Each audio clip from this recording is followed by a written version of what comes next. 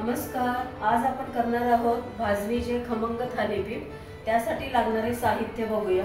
इथे मी भाजणीचे पीठ घेतलेले आहे. 4 ते 5 वाट्या हे भाजणीचे पीठ आहे.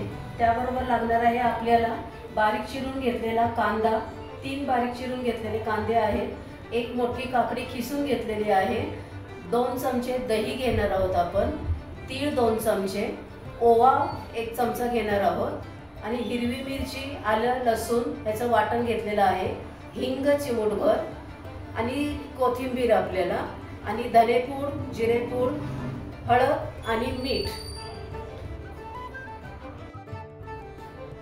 चला तर आपण मग आता थालीपीठ करायला घेऊया. प्रथम आपण आता हा कांदा घालून घेणार आहोत.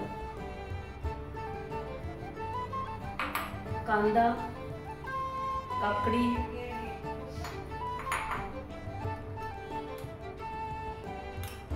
दही 2 चमचे, तीळ घालून घेतले, ओवा आपण असा हातात बारीक करून घेणार आहोत,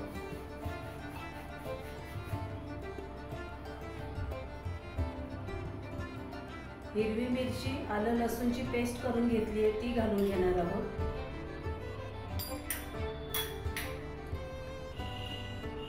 हिंग घालून घेणार आहोत,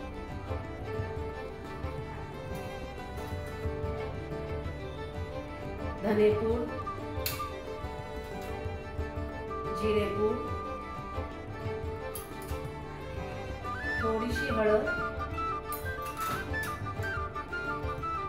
लाल तिखट, कलर छान येतो ह्यानी थालीपीठला, आणि चवीपुरते मीठ.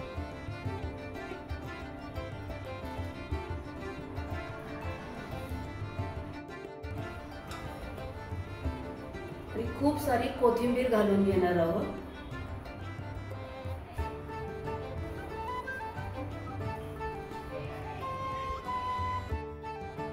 आपण आता हे पीठ मळून घेणार आहोत.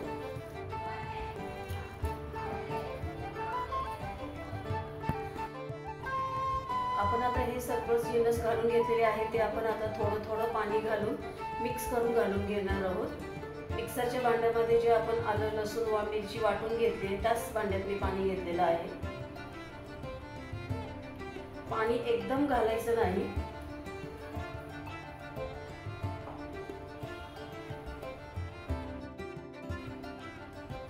आपलं आता हे पीठ मळून झालेलं आहे.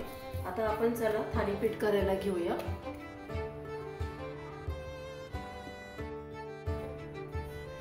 आपण इथे एक पोळपाट घेतलेला आहे. त्यावर एक पांढरं कापड घालून घेणार आहोत. थोडंसं पाण्यात ओलं करून घेतलेलं आहे. आणि आता एक गोळा घेणार आहोत. आपल्याला जेवढे मीडियम साईज वगैरे करायचं असेल त्याप्रमाणे एक गोळा घेऊन घेणार आहोत. हाताला पाणी लावून आपण आता हे करून घेणार आहोत. आपलं हे थालीपीठ पसरून झालेलं आहे. आपण आता हे घालून घेऊया. तव्यावर घालून घेऊया. तवा अगोदरच मी गरम करायला ठेवला होता. हे कापड असं उचलायचं आणि तव्यावरच घालून घ्यायचं. हळू आपण हे कापड काढून घेणार आहोत. हे जे आपण छिद्र केले त्यामुळे आपण आता त्यामध्ये तेल घालून घेणार आहोत. ते घालून घेतल्यानंतर आपण गॅस मीडियम वर ठेवलेला आहे. आता 1-2 मिनिटं आपण झाकून घेणार आहोत. थालीपीठ परतल्यानंतर साईडने आपण थोडंसं तेल टाकून घेणार आहोत. मी दुसरे थालीपीठ करायला घेत आहे. हाताला पाणी लावून आपण करून घेऊया.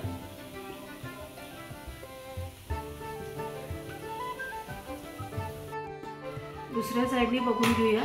आपलं थालीपीठ आता तयार झालेलं आहे. आपण आता काढून घेऊया.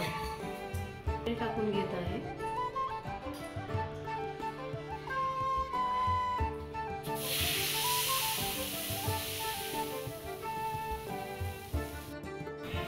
आपण ह्या आता त्यामध्ये तेल घालून घेऊया.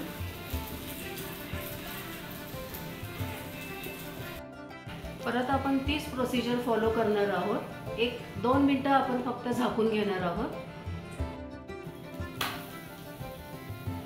छान खरपूस आपले थालीपीठ तयार झालेले आहे। दुसऱ्या साईडने आपण आता 1-2 मिनिटं साईडनीच तेल सोडून घेणार आहोत। आपण ह्या आता त्यामध्ये तेल घालून घेऊया।